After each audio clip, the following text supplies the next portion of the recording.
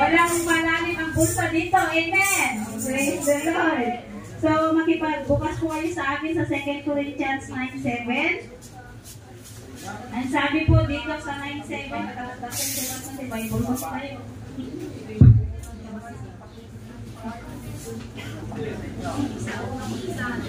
Each man should give what he has decided in his heart to give, not reluctantly or under compulsion, for God loves a cheerful giver. Father, thank you so much for your word. Help us to understand Holy Spirit and allow us, Father God, to have the cheerful giver in our heart in Jesus' name. Amen. Mga kapatid, tawag nito, God loves a cheerful giver. Magbigay daw tayo kung ano yung nasa puso po natin. Hindi yung dinidikta ng katabi ko o ng sino mang tao. Or ang isipin mo is, you give because you want to be blessed. You give because you want to bless the name of the Lord. Amen? Kaya po nabibless po ako sa buhay po ng isa, nung babae na nagbigay po ng sense, yung walang-wala na po niya. Pero since yung meron na lang po siya, yun po yung binigay niya.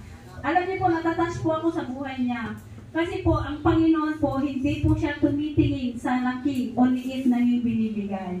Ang tinitingnan niya po yung puso mo na may kagalakan. Amen? Alam niyo po ba na ang key para maranasan po ang tunay na kakontentuhan at kaligayahan sa buhay o puso ng isang Kristiyano, yun po ay matutunan niya po yung pagbibigay. Hanggat ang isang Kristiyano ay hindi niya po natutunan ang pagbibigay, he will never experience real joy sa kanya pong buhay. Kapag po hindi pa po natin na-experience yan, turuan po natin. Wala pong ibang magtuturo sa atin ng tunay na pagbibigay, yung tunay na pagbibigay, yung kagalakan ng pagbibigay, kundi yung atin pong mga sarili mismo. Amen?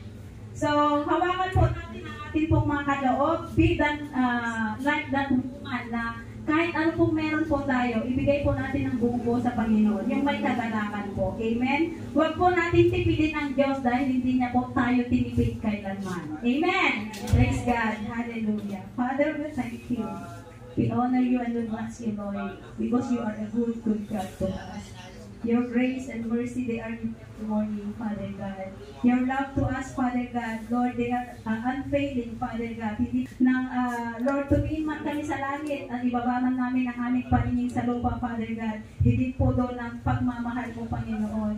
Lord, tinuruan mo kami kung paano po matutong magbigay ng may kagalakan dahil yun po yung unang ginawa mo nung ibinigay mo ang iyong anak, ang iyong bugtong na anak na aming Panginoong Jesus. At nagpapasalamat po kami, Father God, for the joy of giving that you have put in our hearts. So thank you, Father God, let the cheerful heart be overflowed in our hearts, Father God, and allow that, Father God, joy in our heart. Bless your holy name all the time, O Father God, in our lives. Habang kami po ay humihingi ang Panginoon, nandun po ang punong-puno ng pasasalamat at pagpupuri sa iyo na puso, meron, O Lord God, ang bawat isa sa amin. We thank you, Father God, at i-bless mo po, Panginoon, ang gawa ng mga kamay ng aking mga kapatid, Father God, malaki man o maliit, Father God. I know, Father God, na siksik-liglig at umaapaw, Panginoon, ang ibabalik mo po sa aking mga kapatid na patuloy na nagtitiwala at nananampalataya that you are an amazing God. Father, we thank you. This all we ask and pray. Amen.